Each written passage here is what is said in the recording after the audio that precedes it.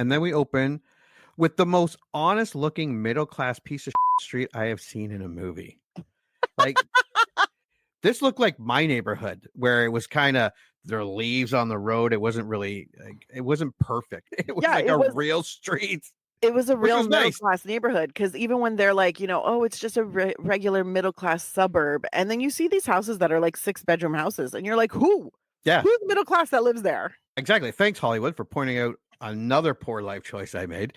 Lights, camera, and action. Welcome to the I Remember Liking That Movie podcast. Remember those childhood movies you loved? We're going to watch them again and find out if they're still as amazing as you remember.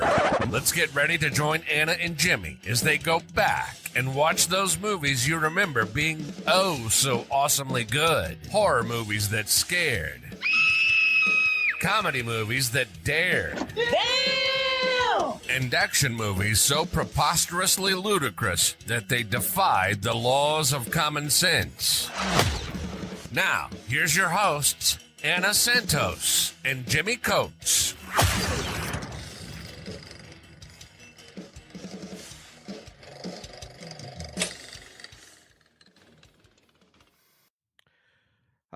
Welcome to the I Remember Liking That Movie podcast. We are now on our way to Christmas. Yay! Woo!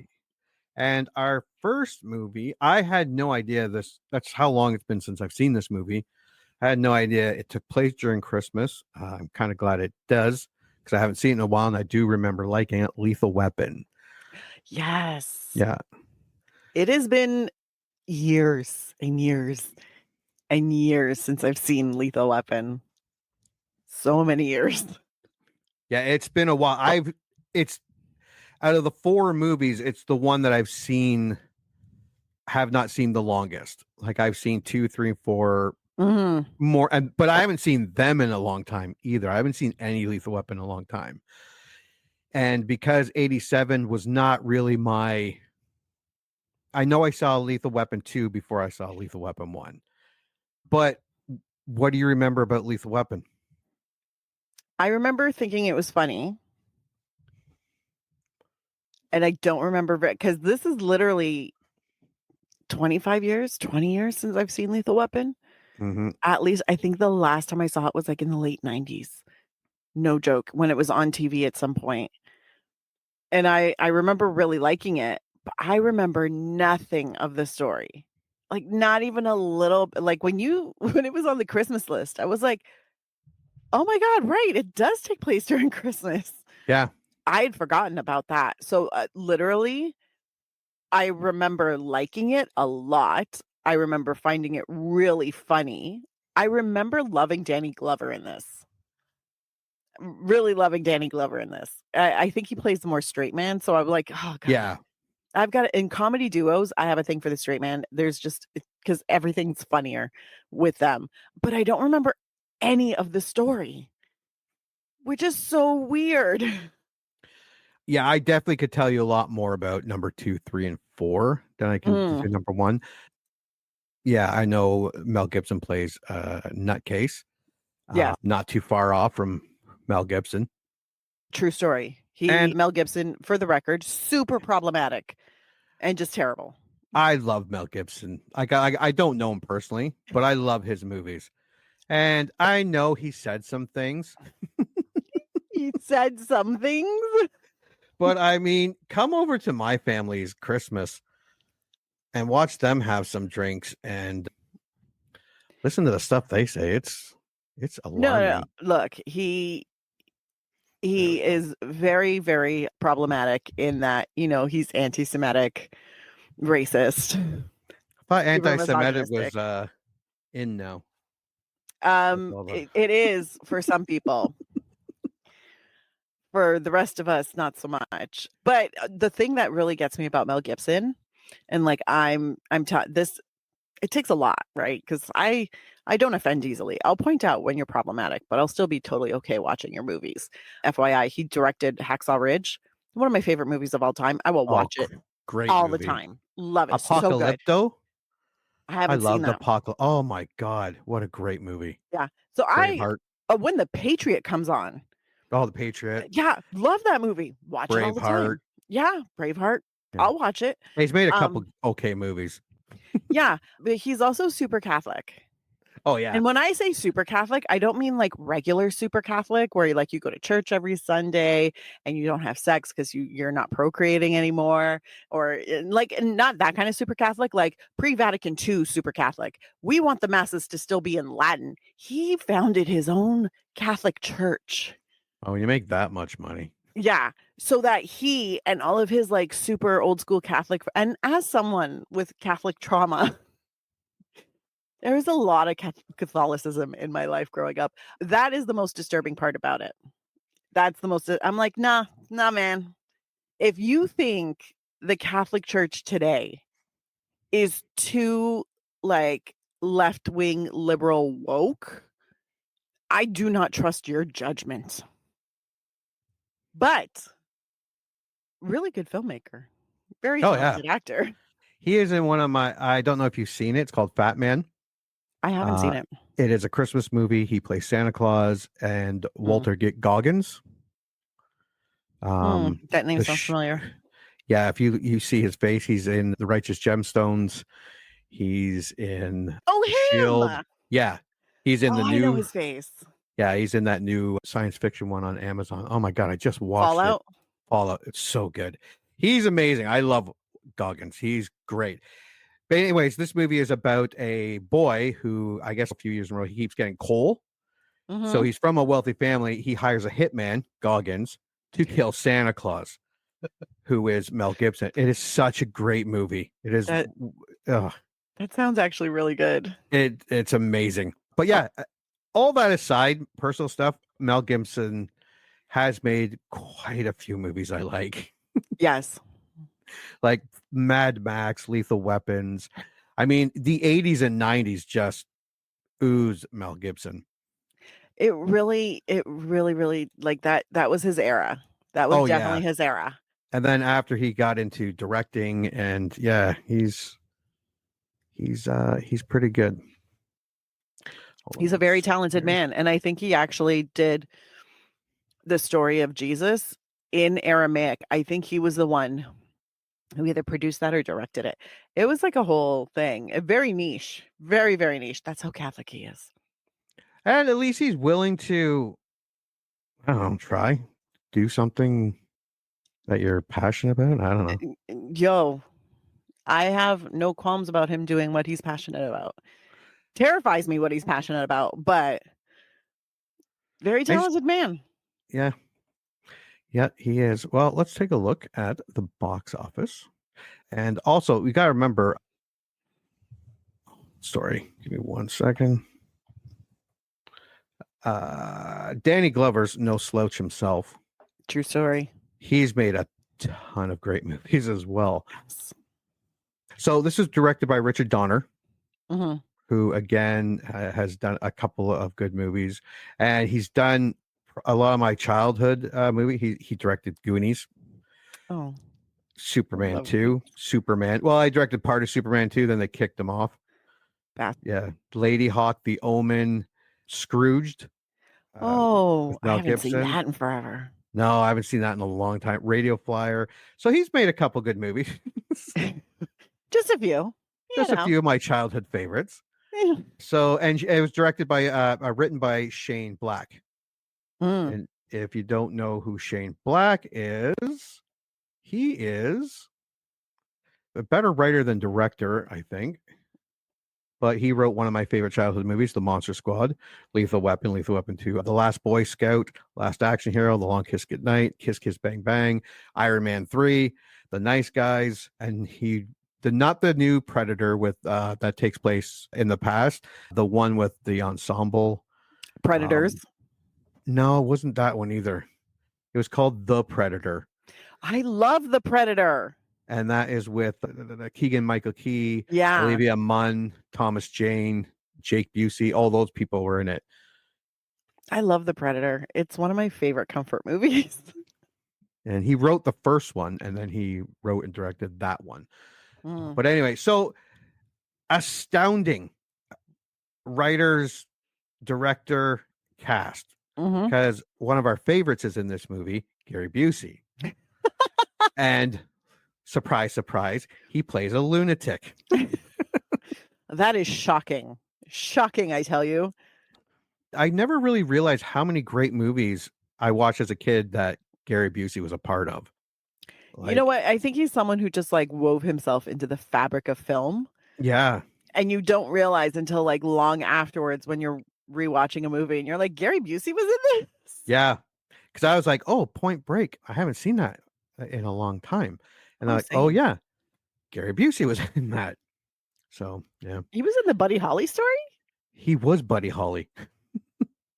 What? How do I not? Oh, no. You know what I'm confusing him with? The guy who played Buddy Holly in La Bamba. I was going to say Ricky Valens. No. Yeah, no. No, that was Lou Diamond Phillips, Anna.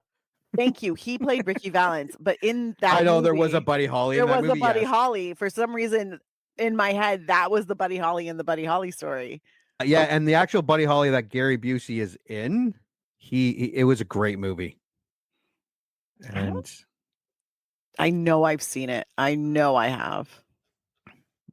Yeah, because he was in Predator 2, which I thought was very underrated. Yeah, Let's Get Harry, Silver Bullet, which we watched. Remember DC Cab? Oh, DC Cab. Oh, DC Cab. He was the lunatic bad guy in Under Siege. Yeah, so yeah, he plays the off guy really well. He really does. Yeah.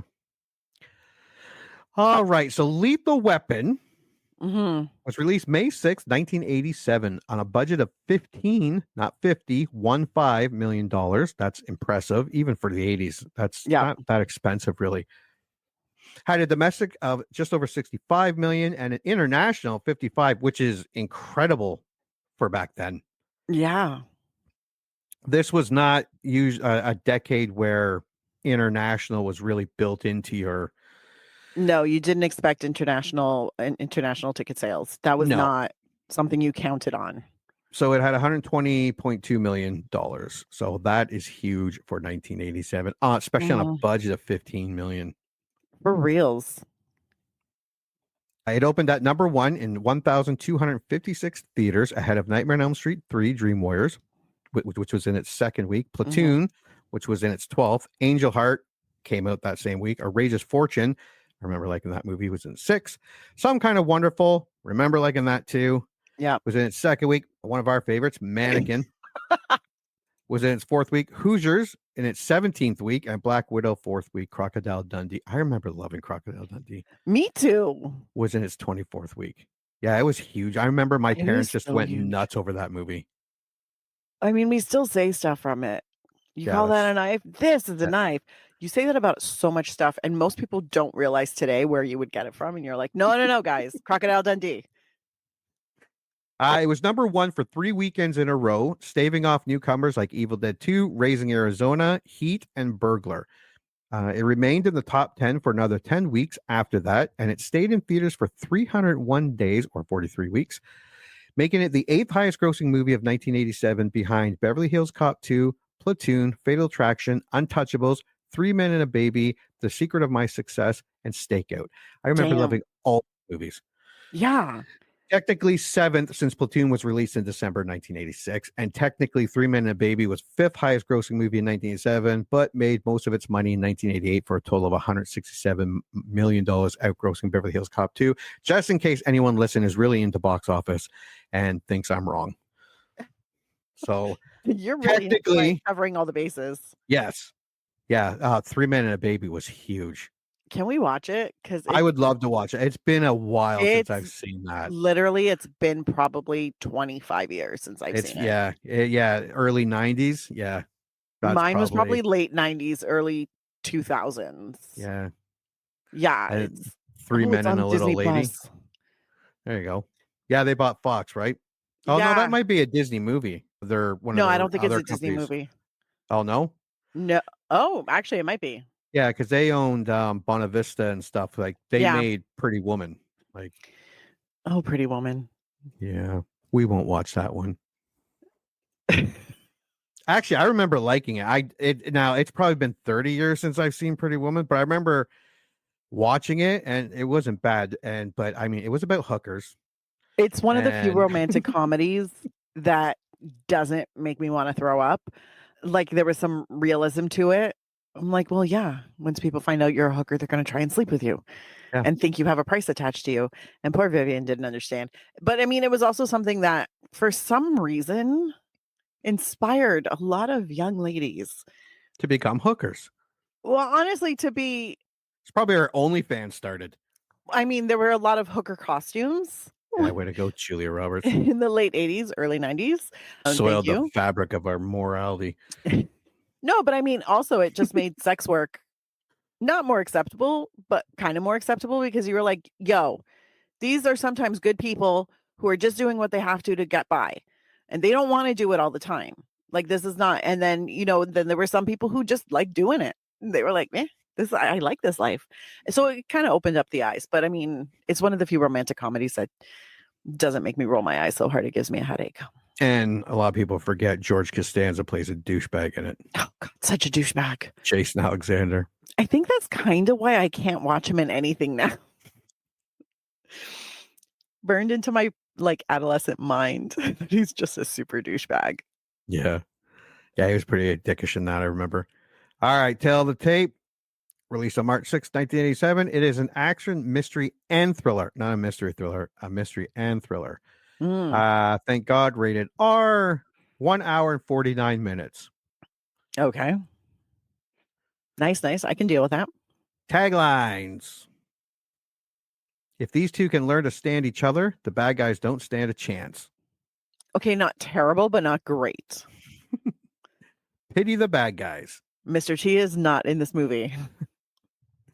After 20 years on the force, police detective Roger Murtaugh has come face to face with the most dangerous killing machine in Los Angeles, his new partner. That doesn't feel tagliney, but good. Two cops, Glover carries a weapon, Gibson is one. He's the only LA cop registered as a lethal weapon. Yeah, too wordy. Yeah, way too wordy. Honestly, you have the right idea. Yeah. Yeah. If he just said he's the only LA cop registered as a lethal weapon and Glover is his holster or something like that. Or like, two cops, one carries a weapon, one is registered as a lethal weapon. Perfect. Chop it down. Yeah, that was too wordy. You're right. That's it. Well, now that we revised it, obviously they would have made way more money. Way more money. Synopsis. Following the death of his wife, Los Angeles police detective Martin Riggs, Mel Gibson, becomes reckless and suicidal.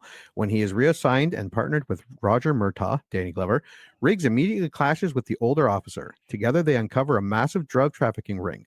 As they encounter increasingly dangerous situations, Riggs and Murtaugh begin to form a bond. Riggs' volatile behavior might just help them apprehend the criminals if it doesn't kill them both first. Solid premise. And here is the original movie poster. It's pretty iconic. It's Mel Gibson and Glover. On the front, it just says Mel Gibson, Danny Glover, two cops. Glover carries a weapon. Gibson is one. He's the only LA cop registered as a, and then lethal weapon. That's all right. Yeah. It's pretty solid. And if you had a crush on Mel Gibson, this was the perfect poster for you. Yeah. Did you see that meme where it's Mel Gibson in the 80s with his hair like that, with a cigarette? And it's like, and it's just every mom watching her kids open presents. Oh, it was good. You have to see it to. That's a good one. All right. Let us go to. All right. Rotten Tomatoes. 55 critic reviews comes in at 80%. 250,000 plus audience comes in at 86%. Oh shit. This That's might be impressive. great. Yeah, it might be good. Because what did we watch last week? Yeah, the last couple of movies haven't been that bad. No. They've been entertaining. Yeah. This might Yeah. actually be a No, good. okay. I see what you movie. mean. Yeah. See what I Entertaining mean? and Yeah. well done. Yeah. Yes. The critic consensus is the most successful installment in a phenomenally successful series. Lethal Weapon helped redefine action movies for the 1980s and 90s. All right. Awesome. So let's start with the positive. You may go first. Implausibility is a large part of the entertainment in this romp par excellence, with each overblown set piece becoming even more ludicrous. John Marriott, Radio Times, 4 out of 5. From a distance, Lethal Weapon might appear generic, but a closer look reveals something special. James Berardinelli? Real views, Berardinelli. 3.5 out of 4. Oh, wow. The pace never slows, the jokes never miss, and the stunts never disappoint in this macho dream of an actioner. Gavin Bainbridge, Empire Magazine, 4 out of 5. Lethal Weapon is a film teetering on the brink of absurdity when it gets serious, but thanks to its unrelenting energy and insistent drive, it never quite falls. Variety staff, Variety. You know, one never gets credit over at Variety. Yeah. Granted, the film doesn't feature the most interesting storyline to come across a movie screen, but that doesn't matter all that much because we're having a whole bunch of fun watching the chemistry between Glover and Gibson. Joe Blow's Movie Network, 8 out of 10. The film is all fast action, noisy stunts, and huge, often unflattering close-ups, but it packs an undeniable wallop. Janet Maslin, New York Times. That's actually one of my biggest filmmaking pet peeves. The big close-ups? Like the big close-ups drive me up the fucking wall, especially if there's no fucking reason for them. I'm like, God damn it. Lethal Weapon is big, dumb fun, and often genuinely funny and exciting. It's no sin to enjoy it. Eric D. Snyder, ericdsnyder.com, 4 out of 5. I'm a guy who is bored by shootouts and chase scenes. I've seen it all, but this movie thrilled me from beginning to end. Wow. Roger Ebert, Chicago Sun-Times, 4 out of 4. Damn, Ebert loved it. That's impressive. That's getting me excited. Here are the negatives. There were not a ton. My problem with Lethal Weapon is I did not love the script or the action. Rachel Wagner, rachelsreviews.net, 4 out of 10. Really, Rachel? I feel like Rachel was watching for a different thing. Richard Donner directed with an expert eye for action, but impaired vision for logic. Bob Thomas, Associate Press. Isn't that most action movie directors? Yeah, I mean, yeah. What this premise needs is a serviceable plot, but screenwriter Shane Block hasn't provided one. Indeed, for an action thriller, Lethal Weapon is unacceptably slow. Ben Yagoda, Philadelphia Daily News. Damn, Ben. An action adventure, it's pointlessly puerile. A movie where the heroes are so childish they try to one-up each other with fancy shots at the pistol range. Joanna Steinmetz, Chicago Tribune, 0.5 out of 4. Ooh. I feel like that's just any man trying to one-up each other with fancy shots at the pistol range. Yes. Right? It's not just a childish thing. No. IMDb, the voice of movie reason, 282,000 user ratings, comes in at 7.6 out of 10. Oh, a little lower than Rotten Tomatoes. A little roller, yep. You may go. A classic, the best buddy cop action movie of all time. 10 out of 10, Ivo Cobra 8. He might be right. Because as far as buddy cop, I was going to say, really, I'd have a hard time, but with Die Hard, but Die Hard's not a buddy cop movie. Die Hard's a guy on his own movie. So, yeah, he might be right. He might be. Might be. We don't know. We'll see. An exciting cop drama, cleverly constructed. 9 out of 10, Nazi fighter David. When I first looked at this and go Nazi, I was like, what the fuck? We're not that kind of podcast. But he's a Nazi fighter. He's not a Nazi lover. See, that's fine. Yeah. You're never too old for this. Beep. 8 out of 10. Hey, Sweden. Yeah. Because he's too old for this when number 1. Number 4 is done at the end of the 90s. Great 80s action film. 7 out of 10. GW Night Scream. That seems right. Fairly enjoyable cop buddy film, mainly thanks to great chemistry between the two leads. 6 out of 10. Jimbo 53 186511. There's those prison guys again. Lethally Stupidity. 5 out of 10. Kenja. Tell my young self, this movie isn't that great. 4 out of 10. Soul Sale. Old movies are bad. 3 out of 10. Feast Mode. Fuck you, Feast Mode. Misfired Weapon, 2 out of 10, Son of Cheese Messiah. And our 1 out of 10. Looking back, this was a dumb movie. Clear Blue Peace. All right. So we talked about, well, Mel Gibson and his personality. And then we talked about the box office and all the other stuff in the reviews. Let us, if I can get this started, share. There it is. All right. And I got it ready. So good for me.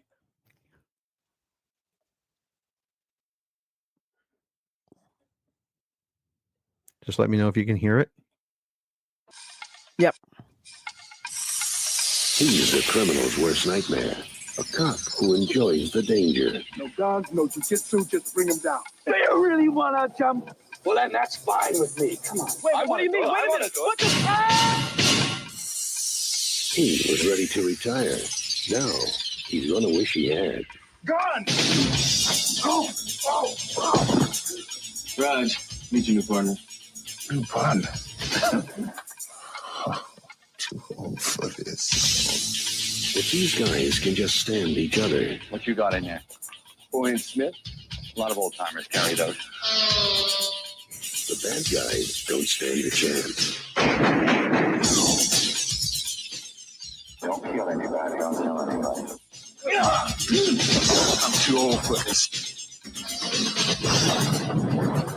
Are you as good as you say you are? Nobody can touch me. Suppose we better register you as a lethal weapon. You ever met anybody you didn't kill? Well, I haven't killed you yet.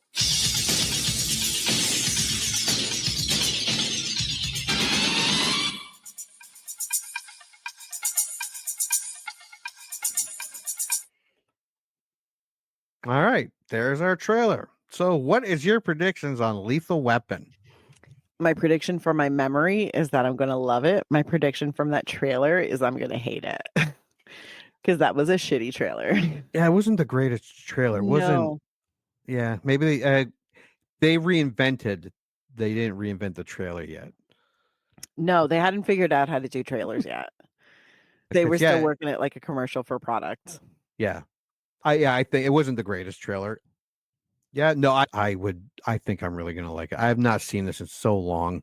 Same. I didn't see Gary Busey there, but I know he's there in there somewhere. Yeah, and I remember it being funny. I keep thinking Joe Pesci, but he doesn't come till number 2, where it's like the.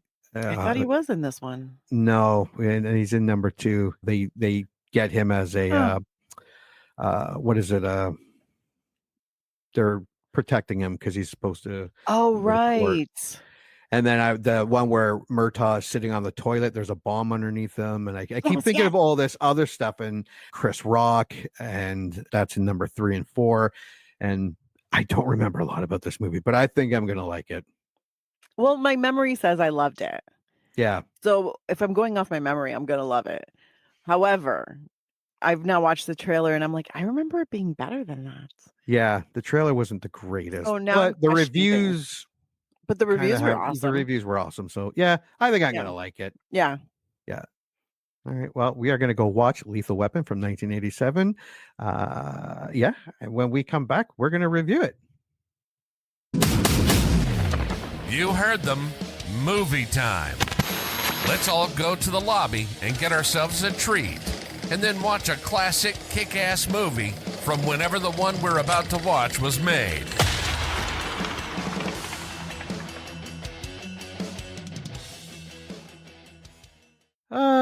Did you watch the 1987's buddy cop extravaganza Lethal Weapon? I did. Your initial thoughts? Not as funny as I remember. No? No. Like, I kind of smiled a lot. There were a couple, yeah. But there were no, like, big laughs, and I remember big laughs, and I think my memory let me down. But, I mean, it was fun. It was a really solid 80s action movie. Yeah. Yeah. What were your thoughts? I had a lot of fun watching this. All of my memories, like almost all of them, before I sat down to watch this, were from other Lethal Weapon movies. So this was pretty fun. Like, it's not a perfect movie, and it was not as politically incorrect as I was hoping. True story. Yeah, I wasn't Like, offended. no, there was nothing that way. So, oh well. Yeah. But and okay, that's the Joe Pesci one. I sat down again thinking he was gonna pop up. And most of everything that happens in this film, totally implausible. You don't jump off a building with a guy threatening suicide, shoot and kill multiple people No. days in a row, and just never go to have to work fill the out- next day. Go to work the next day. Never have to fill out any paperwork. There's no paper. Nothing. Yeah, I mean, it was the 80s and men were still men. But yeah, set aside, it was written well, it was well paced, the action was great and Action was spaced. amazing. It was funny. You're right. It wasn't like laugh out loud funny. It was amusing. Yes. And Perfect word. yeah, and it developed the characters pretty good. Yes. And here's the thing, like there was a lot more character development than I remember there being. Yeah. So you see their chemistry build. Well, that's what I did make a note, and I said I can't state this enough. The chemistry between Gibson and Glover is off the charts. Well, it's so funny because it really like you're watching it and you're like, you can see as the movie goes on, their chemistry just meshes even more and Yeah. it becomes almost seamless. And you see the point where they become the buddies in the buddy cop movie. Like you see that and you're like, oh, they did that really well. Yeah, and actually they really did do that very well. They did. Because it's not, because you know how sometimes like it makes a lot of sense in this movie because they start out kind of being adversarial. Yep. You know, like Typical. Like Murtaugh doesn't want anything to do with Riggs. He's like, this is not my kind of cop. I don't want a partner. I just want to like ride this out. Like, just let me. I want a nice, calm life. And as shit starts to happen, him and Riggs, like they butt heads, but they also start to understand each other. And it's slow. And by the end of the movie, you're like, oh my God, they're besties. When did that happen? Yeah. It just sort of like organically happens. And you're like, that was really good, guys. Yeah. And you don't get that chemistry very often. Like you get movies where they're really good and there is chemistry there, but you don't get this level. Like I want to say, I don't even know, like Nice Guys, Bad Boys, 48 Hour, like, but there's other movies like 21 Jump Street and Rush Hour and Last Boy Scout. They're good. They're great movies. They don't have this chemistry is pretty rare. Like they were like perfect. Because there's like when you mentioned Bad Boys, they had Martin Lawrence and Will Smith had incredible on-screen chemistry. Yeah. But it's like they hit the road going 100 already. Yeah.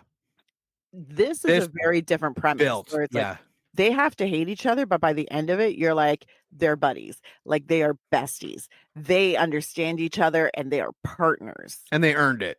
They earned it. Yeah. And to do this well takes a lot of talent. Yeah, because Bad Boys, they're already already best friends. Yeah, already best friends. Yeah. Like practically family. They've been partners for years. So it's a very different setup for this kind of setup where it's almost, I don't want to say enemies to besties. Crazy to semi-sane and then sane to semi-crazy. Like this is it was very well done, and it's the performances of Danny Glover and Mel Gibson. Like they know what they're doing. Yeah, Murtaugh was funny.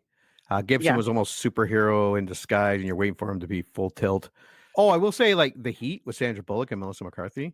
Oh, yeah, that was good. That was I don't know why there was never a sequel. Like send them to Europe or Mexico or something. I don't know. But yeah, I did not remember a whole lot, and it made viewing this better.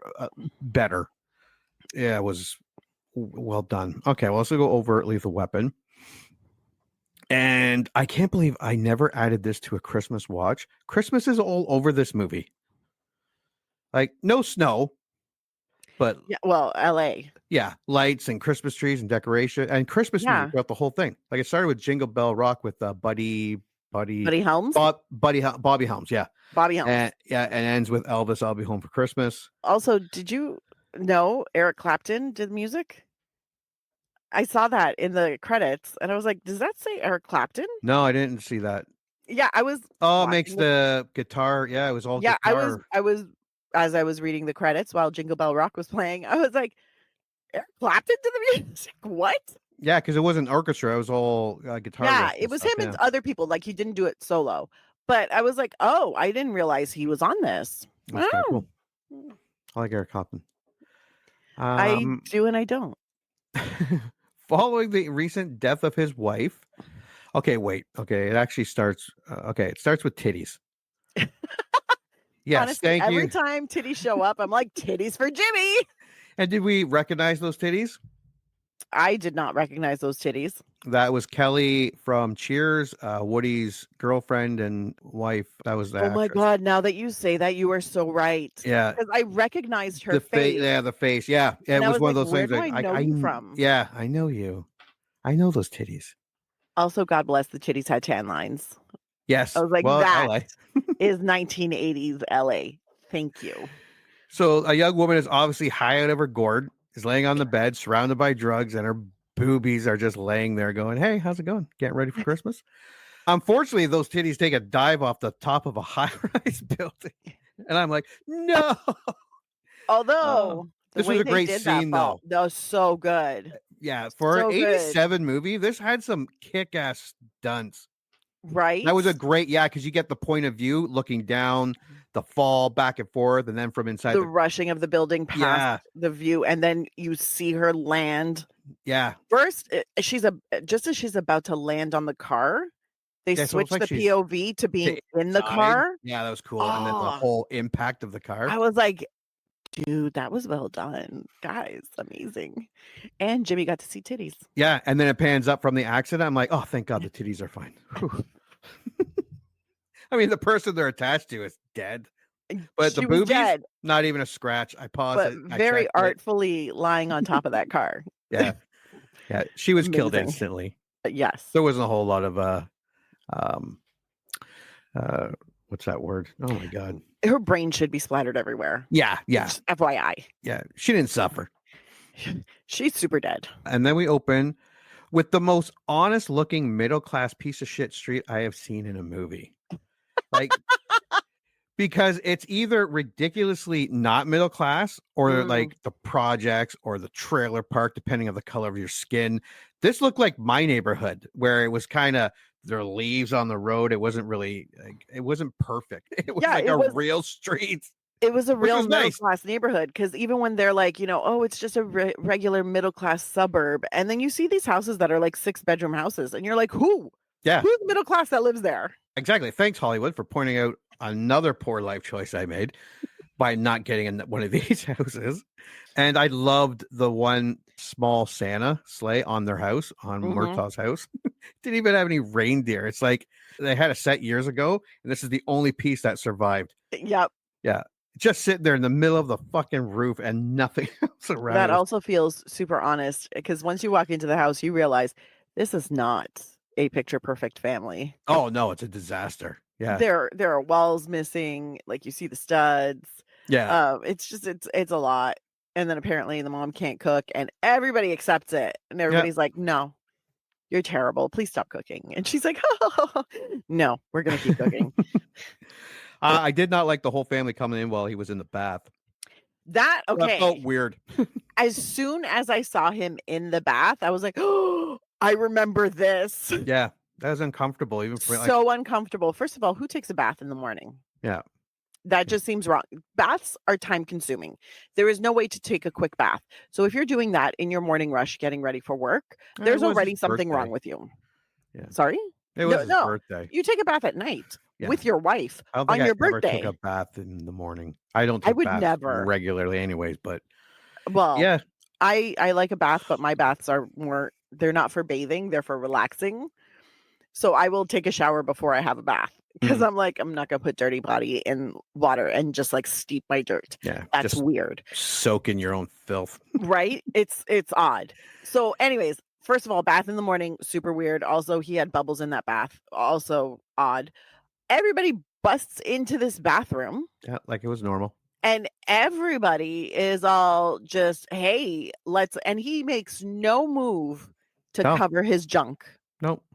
He's just they're singing happy birthday. There's a cake. He's laughing. Hey. Oh, they're bending over the hands thing, hugging they're him. bending and I'm over like, the thing, hugging him, kissing him. yeah. Like, and I was like, oh. and look, I know it is perfectly natural for parents to kiss their kids on the lips. It happens. I get it. Yeah. We were not a lip kissing family. I do not judge lip kissing families because everybody shows their love differently. I don't really care. However, when your father is naked in the bath, maybe you don't lean over and kiss him on the lips. It's weird. There's a weird vibe to that. So I was like, that entire scene just made me super uncomfortable. Yeah, I was never that close with my family. Thank God. Even now, the 7-year-old, if I forget to close the bathroom door, she's like, what are you, a pervert? Close the door. Right on. Right on. Now I'm also a firm believer that bathroom doors should be closed at all times, even if yeah. you're home alone. I'm like, close the door. Close the Yes. door. Bathrooms are private time. Yeah. Yeah, she'll accuse you of being a bum looker. I taught her that one. Bum looker? A bum looker, yeah. From Mike Myers, Saturday Night Live. Okay, following the recent death of his wife, Los Angeles Police Department LAPD Narcotics Sergeant Martin Riggs, a former Special Forces soldier, has become suicidal and erratic. Despite the protests of the police therapist, she was very familiar too. The captain believes Riggs is faking his psychosis to forcibly retire with a generous pension and partners him with fellow war veteran and seasoned homicide sergeant Roger Murtaugh. Riggs and Murtaugh do not get along well at first, and Murtaugh is equally dismissive of Riggs' mental state, but is eventually convinced Riggs is true suicidal. Okay, let's go back a bit. So we see Murtaugh, he turned 50, he's feeling old. Actually, he looks great. I remember I saw a meme or something where Carol Connor was like 47 when he started All in the Family. Oh, wow. He looked 70. Red Fox was like 49. I think he looked like he died the year before the show started. So Murtaugh, not doing so bad. He's not doing so bad. And he starts the movie off with a full beard. And then I think Cuts it's his daughter is like, yes, your beard's going gray. And he's like, oh, well, then let's get rid of the beard and just go with a mustache. And then he was the Danny Glover I know and love. Yeah. Before that, it didn't even, him with a full beard didn't even look like him. it. Yeah. No, it's, yeah. With that mustache, there was no denying who that was. Yes. Then his wife tells him a Hunsucker called for him, and it turns out to be an old war buddy from them. Then we get a naked Mel Gibson waking up, lighting a cigarette, opening a beer. Again, kids, different times. In his trailer on the side of the road by the beach. Right. I was like, this is actually a really sweet setup, but what's the septic situation? Like, that was my only concern. Yeah, you'd have to empty it. Empty out your own. Like, I'm like, I don't want to do that. Like, if you had a septic hookup, I'd be like, fuck yeah, let's live like that. Oh yeah, just right on the beach. Right on the beach. I was like, door wide open. Legal? Dog. Hey man, if he's happy, I'm happy for him. He gets out of bed naked, and I was like, oh, how refreshing. There's hair on his butt. Yeah, that was my first thought. I was like, that's amazing. This was before the butt waxing. Yep. This was before when men could have hair on their butts. Yeah. Yeah, nice big hairy butt. It was a very nice butt. Yeah, it was. Yeah, he worked out. Then we go back to Murtaugh. He goes to a scene of the crime where the boobies died at the start of the film, and a prostitute had just made a statement. Murtaugh lets her go, and he finds out the boobies belong to the daughter of his war buddy, and that's actually an important piece of information to the movie. Back to Riggs or Gibson is at a tree lot selling Christmas trees. They're selling and he's trying drugs with these drug dealers, and he's like, I'll take it all. And they're like, awesome, 100. And this was pretty funny where he starts counting out 20s and 10s. Like 95, 96. And they're like, what hey, the fuck are you doing? He's like, I'm counting. Yeah. 97. Hold on. I think they're like 100,000. And then he's like, I can't afford that. And then he shows them the badge. And they're like, you're insane. That's not real. And then we get the Curly impression from the Three Stooges. And then he just starts blasting people. Yeah. He just goes for it. And I can appreciate that.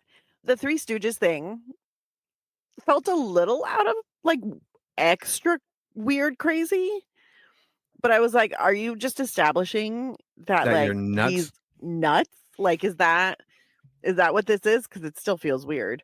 But I'm like, good for you. It works. We know he's nuts, but also a really good cop. Yeah. It's a great, like, no, he's a really good cop, but completely off his rocker. Yeah. And actually, I made the same note you did. It says it looks like being a cop was not as hard in the 80s. They didn't bog you down with paperwork or mental health issues. Because Yeah. You could just go around like Yeah. arbitrarily just shooting people. he killed 5 people. And everybody's like, cool, high They're like, five. okay, we're going to transfer you. You get a Let's promotion. go back to the office. Let's partner you up with someone. Yeah. No, you don't have to give us your gun and let us finish an investigation so we can rule that this was justified shooting. No. We're just going to let you like grab a donut and go back to the office. Yeah. And there were no witnesses that saw it happen. So it's like it was his word. Yeah, the cop showed up. His backup showed up after, and they're like, "What?" He's like, "We got one left." Yeah, there's You're only like, one left. What the fuck? You're missing out. I got them all. He probably won all the Easter egg hunts. Mm. Yeah, I got them all. There's only one left. He won all the toys at the state fair. And then we have Riggs sitting in his trailer watching the Christmas Looney Tunes, looking at his dead wife, debating on whether or not to eat a bullet. This was sad. This was actually a powerful moment. Again, a lot of character development, kind of show you where he's at, where Murtaugh is at, family man, where he wants to retire. He's getting old. They do a really good job at it. And they haven't even met each other yet. Yeah, that's the most amazing part. You get full like portraits of who these characters are. Yeah. And they're snapshots. They really are. They're quick, but they're very informative. Yeah. So you know where everybody's coming from before they've even met. Yeah, just enough to give you that inside information. The next day, another detective is going over the case with Murtaugh, and he's told he's getting a new partner, a real burnout from narcotics. I can't remember what he said. Murtaugh notices Riggs at the station, and he looks suspicious, and then he sees a gun in Riggs' coat and yells gun. This was a great scene of Murtaugh running, yelling gun, and Riggs pulls out his gun and it's looking around like, where's the bad guy? Until he's almost right on top of him. Because you just see Murtaugh like kind of clock Riggs down the hall. Yeah. And he's like, that's odd. And he like gets up from his desk and he goes towards the door and he's talking to, I think it's Boyette. And so he's talking to him, but keeps looking out the door and keeps like sliding halfway out the door. And he's like, what? And then he yells gun and then he gets dropped. Yeah, gets flipped over. Where are we here? Murtaugh tries to disarm Riggs, who just flips him over and lands him on the floor. The other detective's like, this is your new partner. And that's where you get the I'm too old for this shit. Murtaugh is contacted by a former Vietnam War friend, Michael Hunsaker, ostensibly. Okay, yes. To help his daughter Amanda escape her life of prostitution and pornography, but Amanda kills herself by jump. Yeah, this is actually where Wikipedia starts. Jumps from an apartment balcony before he and Murtaugh meet. Her autopsy shows she was fatally poisoned with tainted drugs, indicating she was potentially murdered. Now, before Wikipedia continues, we get a drug buyer meeting the general, and the buyer is the very underused actor Edo Ross, our bad guy, the Russian from Red Heat. He meets Mr. Joshua, and he's like, you guys are fucked. He was very vocal about how fucked they all were, but I'm like, sir. Yeah, you're about to. You like, were these are the wrong surrounded by people. them? Yeah. In a very secluded place. Yeah, it's not like they're unionized. Yeah, like right. I wouldn't be, shooting my mouth off that much. I would not be mouthing off like that. They just either. showed you they were nuts. Yeah, burning. He's Mr. just like, Joshua's you guys are arm. crazy. Yeah, like cute. No, well, I'll still buy your heroin, but you guys are really fucked. Yeah, we're still gonna do business. Yeah, we're still good. But you're batshit crazy. Like, FYI, You're not it's getting funny. a Christmas card. When I saw Gary, I was like, Gary Busey. Yeah. I was like, oh, he looks so clean cut. Yeah, Maybe very that's why I stunted. don't remember him from this. Yeah, it wasn't So- nuts. Well, he wasn't. I mean, he well, was. His hair wasn't all over the place. He wasn't wearing a Hawaiian shirt. Yeah, Like, I was like, oh, you're he wearing. wasn't a suit spewing and off you're- politically incorrect rhetoric. that too. His hair was coiffed, so I was like, Yeah. oh, Gary Busey, hey, how's it going? And then he goes and the burning of the arm, and I was like, oh, crazy. That He's is crazy. so crazy. Yeah, and he gets even crazier near the end. Oh God, Goes all yeah. full Busey. Then we get a call about the jumper, and this is where we get the "you want to jump, let's jump." I did like this scene because Murtaugh, and I like how Murtaugh was always bitching about him because he thinks he's crazy, that he's not going to let him drive because he's suicidal, and then Riggs said, I have experience with jumpers, so he goes up, and that whole scene was pretty funny. And then Yeah, Murtaugh loses his shit, and they have this Yeah. big argument. Again, more character development. Yeah, Riggs, if I'm not mistaken, Murtaugh is like, I have a gun if you want a gun, like if you want to off yourself. And Riggs is like, yeah, I want it. And he literally had the gun. He was pulling the trigger, like, Yeah, he back had to put his back. He was, finger in the hammer. yeah, he was ready for it. And He's like, you Murtaugh are stops him. crazy. He's like, man, you really are. Crazy Like, white boy. he's like, well, shit. This is he's like, well, I can't, like, just, and that, I think that's one of the shifts, I think, where Murtaugh starts to have kind of empathy for him. Yeah. Before, he was just the random crazy dude. Now he's, well, shit, he must be really going through some stuff if it's not just like the doctor saying, oh, he's suicidal, and everybody being like, he's doing it to claim like his pension or whatever. And then Murtaugh's like, I don't think he's faking it. Yeah. He's real serious about this. Riggs and Murtaugh attempt to question her pimp, but are assaulted after finding drugs on the premises, forcing Riggs to kill the pimp to save Murtaugh's life. This was a great scene. So Murtaugh is like, see, I shot him in the leg. Now I question him. But then Riggs has to blow him away to save Murtaugh's life. Yes. That's where Murtaugh's like, have you not met a person you've never killed? And he's like, I haven't killed you yet. So that one made me chuckle. I'm not going to lie. That line made me chuckle. Because he was like, see, I can do this. And then he like blasts him away. And then it's like, have you met a person you haven't killed yet? It's like, I haven't killed you yet. Yeah. And I was like, oh, beautiful.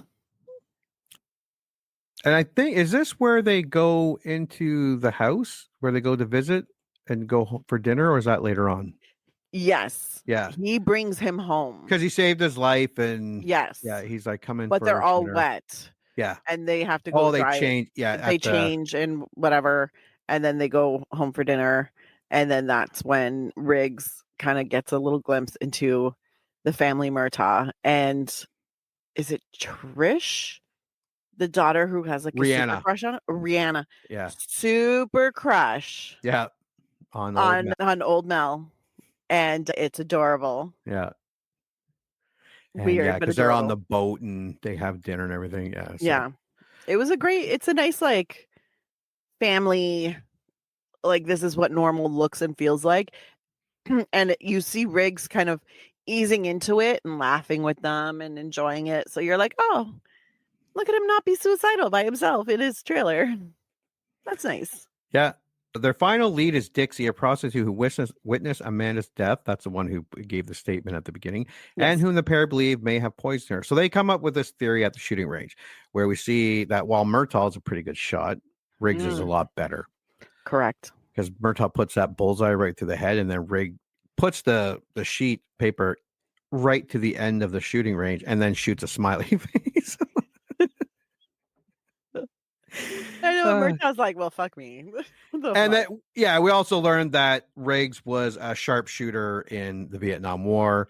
Yeah, that blew me away. If they keep mentioning that they were in the Vietnam War, I'm like, no. Oh my God.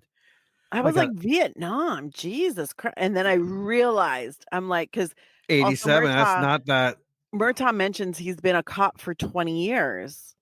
So I'm like, and he just turned 50. So I was like, so he became a cop at 30? Because he was in the war before. Because he was in the war before. I was like, oh my God.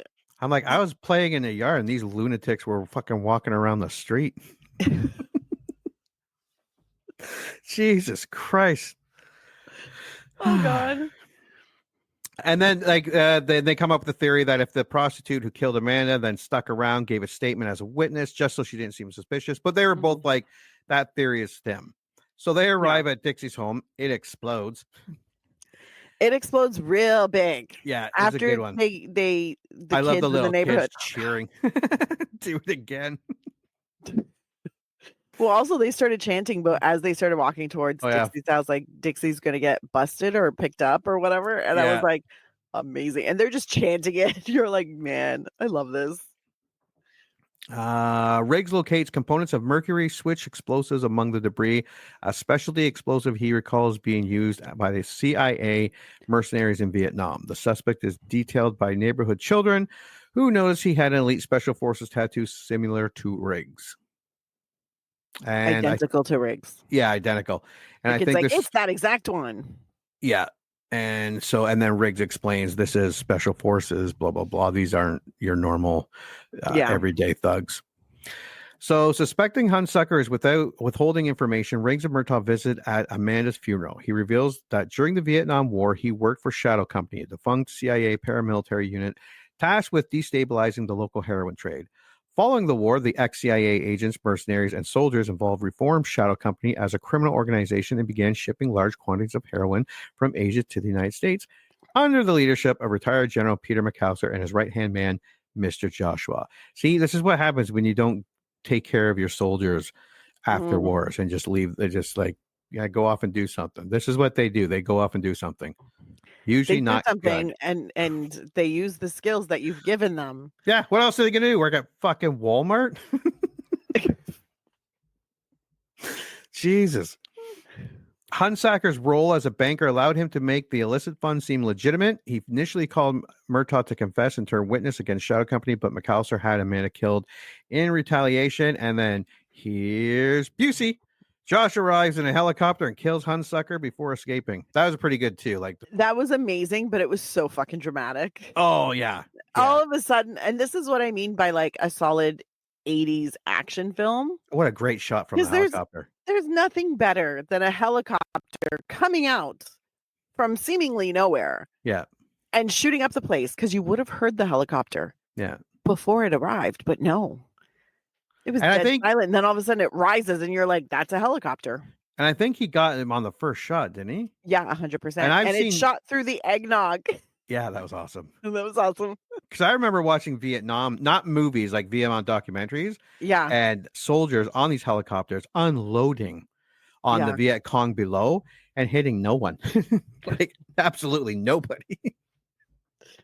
Those are the ones whose hearts weren't in it. They were like, yeah. Yeah.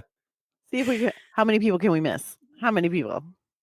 So Joshua arrives in a helicopter, kills Hunsucker before escaping. He later attempts to kill Riggs in a drive-by shooting, but the latter is saved by his bulletproof vest. Riggs' death is fake to give the pair an advantage. All right, that was good too, yeah.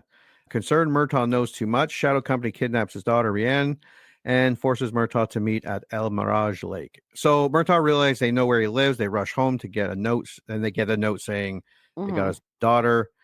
Riggs, the ever party favorite, is like, they're going to kill her. And Murtaugh's like, are you as good as you say you are? And he's pretty good. I've never seen a sharpshooter shoot and kill that many people from that far away. That was pretty impressive. From that, hard shots. Oh, yeah. All of them. Hard shots. Yeah. And different, impressive. From one stationary spot, killing people left, right, center. Yeah. Yep. People who are jumping on cars. Yeah. And he's just laying there. Just laying there, pinking them, just picking them all off. 80s action movie. Yeah. The scenes are ridiculous, but they are awesome to watch. They are. Yeah. They're awesome. It was super it's not realistic. No, not at all. But it's so entertaining. Yeah, and then we see the daughter, Rianne, doing what a typical teen would do, just standing there and screaming. Of course. That's what I would be doing. That is what you would be doing. It is. Yeah. The general gets the drop on Riggs. Murtaugh finally surrenders, and a great helicopter chase that gets the daughter who drove away in the car. That was pretty good, too. Yeah, I just kept thinking, 15 million. You had some good producers here. Holy shit. And it was Joel Silver. Oh, yeah. That did everything from, Lethal Weapon to The Matrix. So Riggs provides, Wikipedia provides sniper support to help Murtaugh and re-escape, but all three are captured and recovered to a nightclub basement. A Shadow Company front. Riggs and Murtaugh are tortured for information until Riggs escape, kills several Shadow Company members, and frees Murtaugh and Rianne. So Crazy Busey brings in his friend, an 80s and 90s staple. Hold on, I wrote it down. Al Leong. Yes. Yeah. Who plays Endo, but he's been in any action movie that requires an Asian person. He's one of the guys that is there. He's been in so many movies. He's one of the action Asians. Yeah. And he starts electrocuting Riggs, who's tied up and under running water. And with water everywhere, only Riggs is feeling the effects of being electrocuted. I don't know how that worked, but Well, okay. I think at one point it looked like almost like he was in a mop sink. You know, the Yeah. ones that come out from the floor. So I'm like, maybe they're just putting the electricity directly into that water. Maybe. Yeah. That was my logic. Could That be. was my one and only time because I was like, that's a lot of electricity. That's a lot of water. And then I saw kind of like a little rise at his feet. And I was like, I'm sure that's a mop sink. It must be. It must be. We're going to run with that. Although Joshua escapes, Murtaugh kills McAllister. Yes, the general disappears. They both, well, first Riggs gets the drop on Endo by jumping up and snapping his neck. The general disappears. They both chase Joshua. Murtaugh starts to slow down and can't keep up and kind of just. I mean, he is 50 after all. Yeah. But Riggs is like, fuck yeah, he's running with bare feet, no shirt, fully automatic machine gun.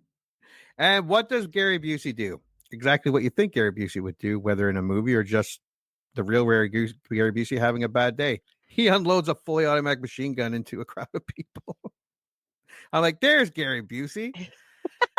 Because I could see Gary Busey, and someone would be like, Gary, I don't think you could do that. I think you might be in trouble. And as they turn to look at Gary Busey, he's already disappeared into the shadows. Correct. And all you hear is, I have a really good lawyer. And he's gone. Deducing Joshua will seek revenge at Murtaugh's home. Riggs and Murtaugh ambush him. Riggs defeats Joshua in a brawl. This was actually pretty good because Joshua gets there, breaks into the house, and then there's a thing saying, "Dear bad guys, we're gone. The family is gone. Only good guy. Only thing here are cops. Yeah, the good guys." And yeah. Then the car comes right through. Yeah, right through the front of the house. I'm like, you're telling me you couldn't just open a door? Yeah. Or have people hiding behind the couch? Yeah. You gotta. The man's house was already a hot mess. Why you gotta ruin it even more? But there's nobody in the car when it comes through. No. Which was amazing because he's looking for the person. He starts shooting at the car, and there's nobody there. And then that's when he gets taken down, and we're all very happy about it. He gets taken outside. There's helicopters. There's things. He's ready to still fight, apparently. Murtaugh's got him. And then Murtaugh disappears. And then they start hand-to-hand combat. Yeah, they do. And Riggs 30 and Mr. cops. Joshua. Yeah, and Murtaugh's like, it's okay. I'm in charge. I'm like, I don't think just that's let how them do that works, this. but... You're like, what the fuck? Yeah. And it's like, it's the literal like epitome of on site. Yeah. And it's amazing, but also the weirdest thing ever. Like all of a sudden, a cop and a criminal who's already been apprehended is all like, yeah, bitch, let's go. Yeah. Square up. You're like, what the fuck? Well, I was kind of like, what do you think you're going to do if you win? Like, they're not going to let you go. Right? Like, just take it on the chin, like get in the handcuffs. Yeah. Go to prison. Was a good fight. It was a good fight. Yeah, because it wasn't one-sided.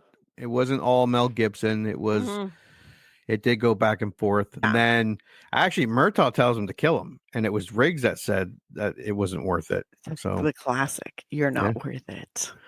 Police officers take Joshua into custody, but he breaks free, takes an officer's gun, attempts to shoot Riggs and Murtaugh, and the pair return fire and kill Joshua. Yeah, they both do it at the same time. Yeah.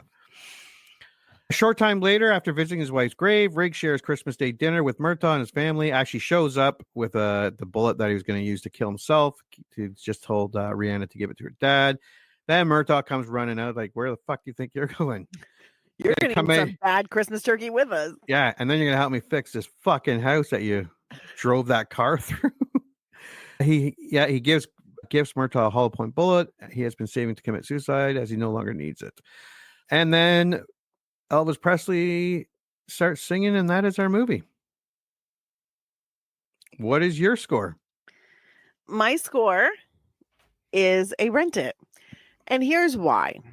So I thought this movie was on Crave, which I have a subscription to. So I went to Crave and I pressed play. And then all of a sudden, everybody's in French. And I'm like, qu'est-ce que c'est? What is this? No.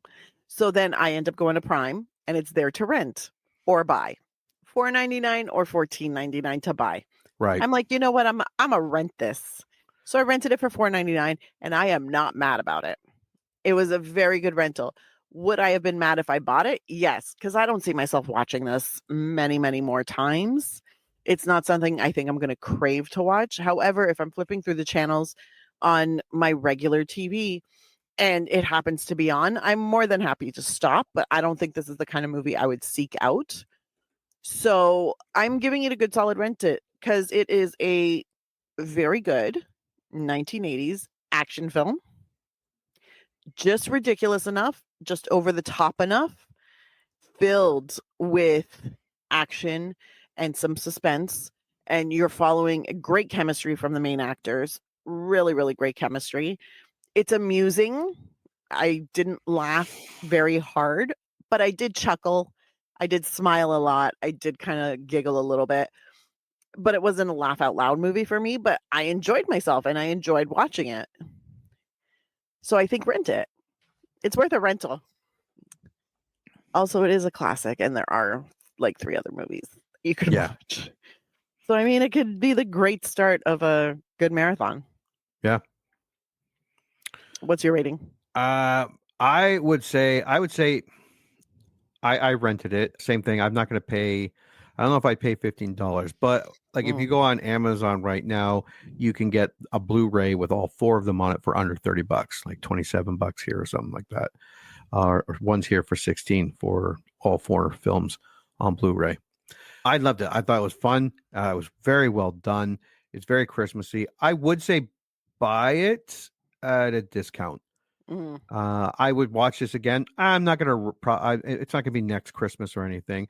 But what this movie really made me want to do is watch the other Lethal Weapons, or other Mel Gibson movies, or other Danny Glover movies, or other action movies from the 80s. It was really well done. It was well acted, well directed, well written. The dialogue was a little wooden in some places, a little over dramatic here and there, but it was 1987, and the chemistry between Danny Glover and Mel Gibson was phenomenal. It's like what they did with those 2 characters. Yeah. Fucking fantastic. Yeah. Yeah. So if you remember liking Lethal Weapon and you have not seen it again, I would definitely watch it. I would buy it. I wouldn't pay the $15 like you said. Yeah. But I would pay $25-$30 for a Blu-ray 4-pack. I would do that. I think I want to watch the other Lethal Weapons before I commit to that. Yeah. Yeah. Because like this Lethal Weapon is fine. Like it's good. It's a good movie. It's a good action movie from the 80s.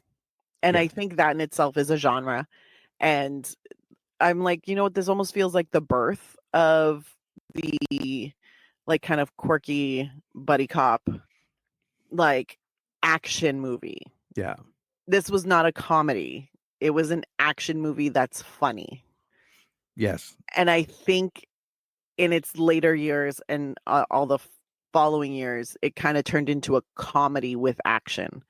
It's talked about as a comedy with action. And I feel like it's really important to say, no, it's an action that's kind of funny. Yeah. And this started a large buddy cop, copycat, whatever you want to call it. Yeah. It gave birth to a lot of buddy cop movies. There were buddy cop movies before. I don't think not this good. Yeah. And for those listening, there is apparently next year, there are all Lethal Weapons coming out on 4K. Ooh. 4K, which, yeah. So I don't know. If I saw it like a collection and it was like a decent price, I would buy it. I will watch this again. Like I said, it's not gonna be next Christmas, but I will down the road watch it again. And it would probably be great, especially if you're in the mood for a Lethal Weapon marathon. Because again, I still haven't seen the other 3 in a long time. Yeah. But I do remember liking them too. So this was a good start. Apparently there's a 5th coming out. That was, I think, the last time that was mentioned, I think was like 2007 or 2009. No, apparently it's been mentioned more recently. Oh, how old is Danny Glover? There's a Deadline article apparently from September 25th. Oh. I would watch it, of course. Apparently Mel Gibson is set to direct Lethal Weapon 5. Interesting. Well, Danny Glover was born in 1946. So they better get going if that's what they want to do. But they did it with Beverly Hills Cop, the new one that came out. They brought back all the older guys. He died shortly after it was made, but I mean, but at least he got to be in it. Yeah. And Chris Rock was in it, so you could probably bring him back. And yeah, I'd watch it. I would too. Yeah. I don't know what they do with a 60-year-old and a 70-year-old, but Mel Gibson still looks pretty good. He does. Like he's got that gray beard and everything, but yeah, he still looks like he could probably kick someone's ass. Yeah. I think it's the alcohol. Yeah. Is he sober now? Could be. I don't know. Or was he sober for like 10 minutes and then he was like, that's enough? He's making a lot more movies now. I know that. He is. Yeah. Well, because he did his Hollywood penance. Yeah. You know, when you're super anti-Semitic and racist and terrible, all you have to do is go low key for a bit, do something super artsy, get accolades for that, and then everything is forgotten and you can just go back to doing what you were doing. Yeah. Thanks, Hollywood. Yeah. Thanks. Yeah.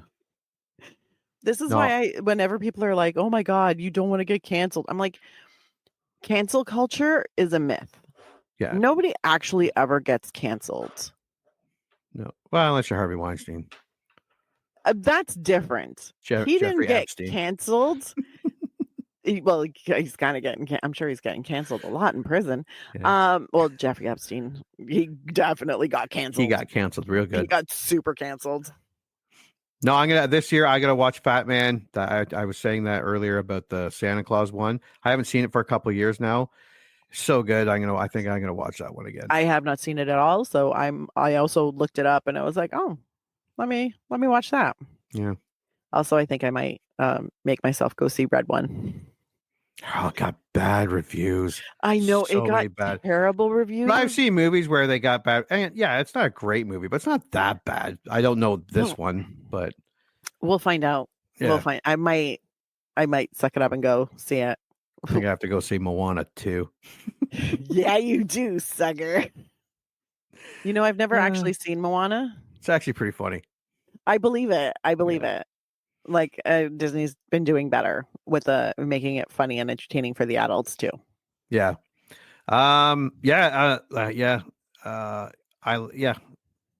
Lethal Weapon, Mel Gibson. I like Mel Gibson. Again, I don't know him, but I really like his movies. His movies are fantastic. He is a very talented man. Yes. Yeah. We can give him props for that. Because I was looking at IMDb, there weren't a lot of that sucks in his No, file. it's true.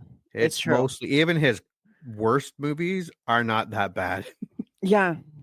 It's very true. Yeah. And I mean, nobody can deny that. No. And it shows here. He's very charismatic, very talented, very fun. Yeah, Lethal Weapon. I had a lot of fun watching this movie. I would buy it. I had fun watching it. I would buy it honestly, I don't think I'd buy it singular. I would buy it in a collection. Give me a collection at a decent price. I will buy it. Yeah. Well, if they had the collection for like $10 on DVD, I'd be like, fuck yeah. Actually, give me a second here, because I think that's what I just saw.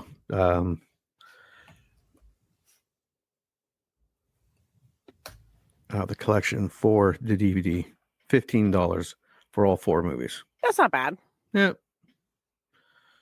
Yeah, it's less than $5 a movie. It's like 3 something each. Yeah. I would go Blu-ray or 4K, but none of my TVs are that fancy. If you don't have the equipment to do it, it's not worth it. It's like shit. Sometimes I plug in my DVD drive, my CD DVD drive into my laptop, and that's how I watch my DVDs. Wow. I do have separate DVD players, but none of my TVs are that nice. Yeah, they're not that expensive.